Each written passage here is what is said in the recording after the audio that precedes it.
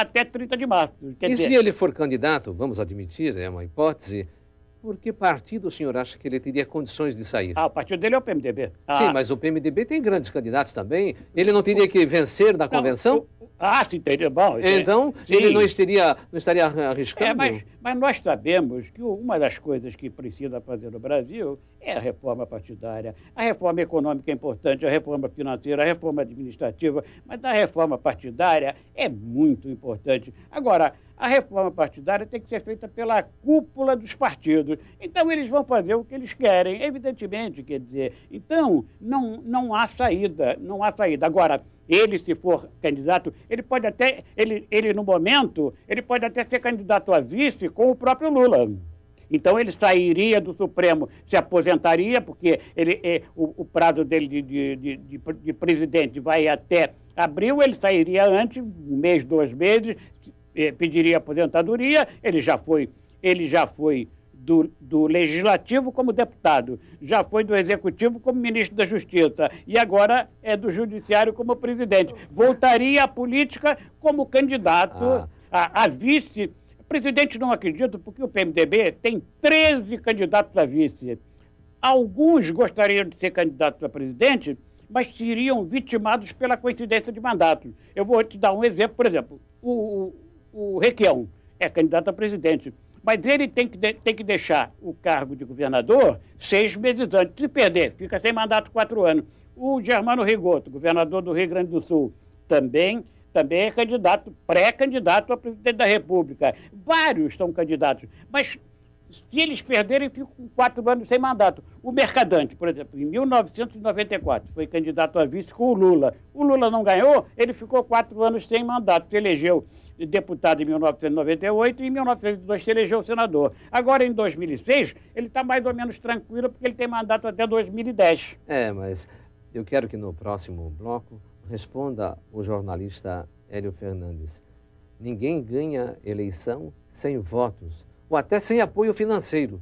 Qual é o cabedal, qual é o cacife que o presidente do Supremo, caso venha a ser candidato, vai levar como vice do Lula ou até como candidato a presidente por um outro partido? Mas isso daqui a pouco.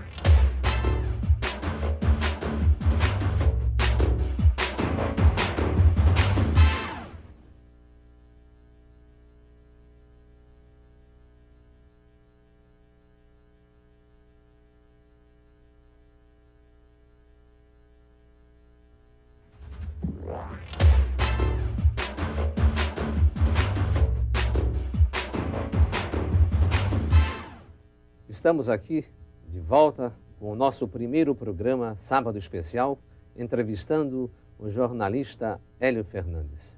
Jornalista, se Nelson Jobim for candidato, ele terá que deixar o Supremo Tribunal Federal.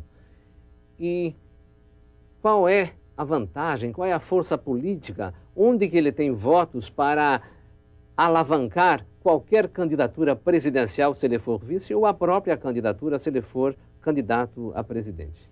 Bom, a força dele virá do PMDB. Ele não, o vice-presidente não disputa a eleição. Ele se elege junto com o presidente da República. Na pré-convenção do PMDB, que está marcada para janeiro, fevereiro, mas eles querem adiar para abril, que é muito justo, porque o Nelson Jobim, como outros governadores e ministros, eles terão que deixar os cargos até 30 de março. Mesmo magistrados, o Nelson Jobim, para exemplificar, se depois do dia 30 de março ele estiver no Supremo, ele não pode mais ser candidato a coisa alguma. Então, ele vai sair antes. Isso não há dúvida nenhuma. A ministra Ellen Grace será a presidente, então ela pode assumir um mês antes, não tem problema nenhum. A força dele vem do PMDB, que é um grande partido, não há dúvida nenhuma. Isto não é um julgamento moral, é um julgamento eleitoral, um julgamento político-eleitoral. O PMDB tem uma estrutura no Brasil inteiro. Então, se ele for indicado vice, ele leva a estrutura do PMDB. O grande problema é ele ser indicado vice, porque o PMDB tem muita gente que lutou muito mais do que ele. Quer dizer, ele foi ministro da Justiça, ele foi ministro do Supremo, ele está aí, né, sempre com visibilidade total. Então, muita gente vai lutar contra ele. Quer dizer, o PMDB está dividido em muitas alas, como sempre foi assim, no tempo do doutor Ulisses, depois no tempo do doutor Tancredo, quer dizer, que passou para outro partido. Quer dizer, então, tudo isso é muito precário para discutir agora, porque ele não vai precisar de coisa alguma, a não ser da indicação do PMDB. Agora, é difícil o PMDB indicá-lo. Muito bem. Vamos agora fazer umas perguntas para o nosso jornalista Hélio Fernandes, e que até nos desagradam, mas a população ela tem o direito de ver um profissional com a sua competência interpretando o que vem acontecendo.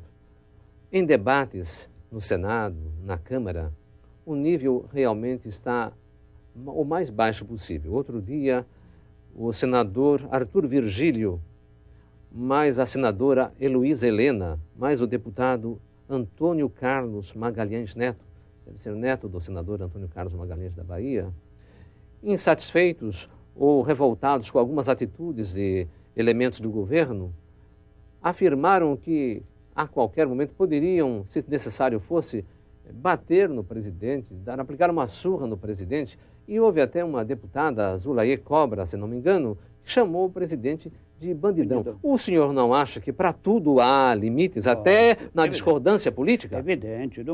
Nunca vi na história brasileira, principalmente na história da República, nunca vi ninguém chamar o presidente. Já vi discordar muito, já houve muito golpe, muito presidente derrubado para colocar o vice no lugar, muitos golpes. Em toda a história brasileira, sempre houve muitos golpes, mas nunca houve esse baixo nível de chamar o presidente da República de bandidão, dizer que vai dar uma surra no presidente e tudo mais. Isso nunca existiu.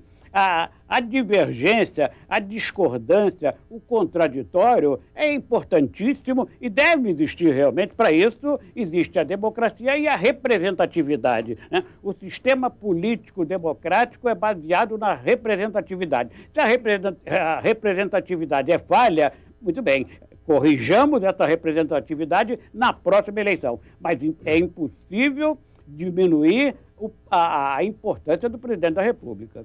E o senhor também não acha que, em face dessas críticas acerbas, difíceis que estão fazendo aí ao presidente, e muitas com razão, porque ou ele não responde, ou não atende à imprensa com a presteza que deve, o fato é que há muitas respostas que não são dadas. Vou dar um exemplo.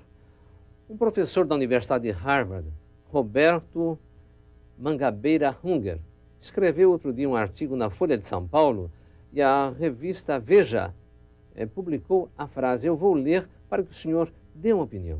Ele disse: afirmo que o presidente Lula é avesso ao trabalho e ao estudo, desatento aos negócios do Estado, fugidio de tudo o que lhe traga dificuldade ou dissabor, e, orgulhoso de sua ignorância, mostrou-se inapto para o cargo sagrado que o povo brasileiro lhe confiou.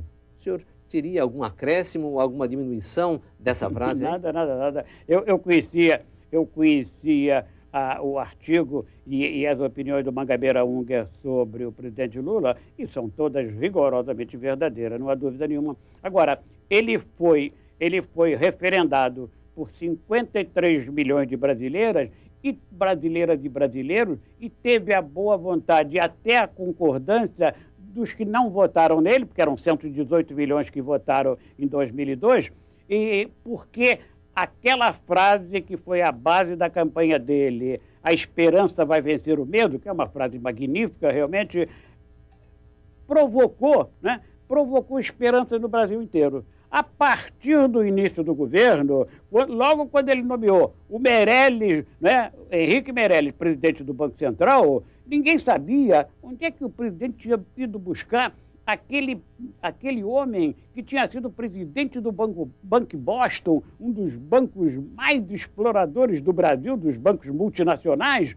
que ninguém sabia. E depois colocou como ministro da Fazenda um médico que se dizia marxista, que foi prefeito de Ribeirão Preto e que hoje está envolvido em tais irregularidades, os assessores deles em tais irregularidades, os maiores amigos, que também é preciso fazer a ele a pergunta que se faz ao presidente e ao Zé Dirceu. Ele não sabia de nada? Não é possível que o ministro da Fazenda, que se dizia marxista,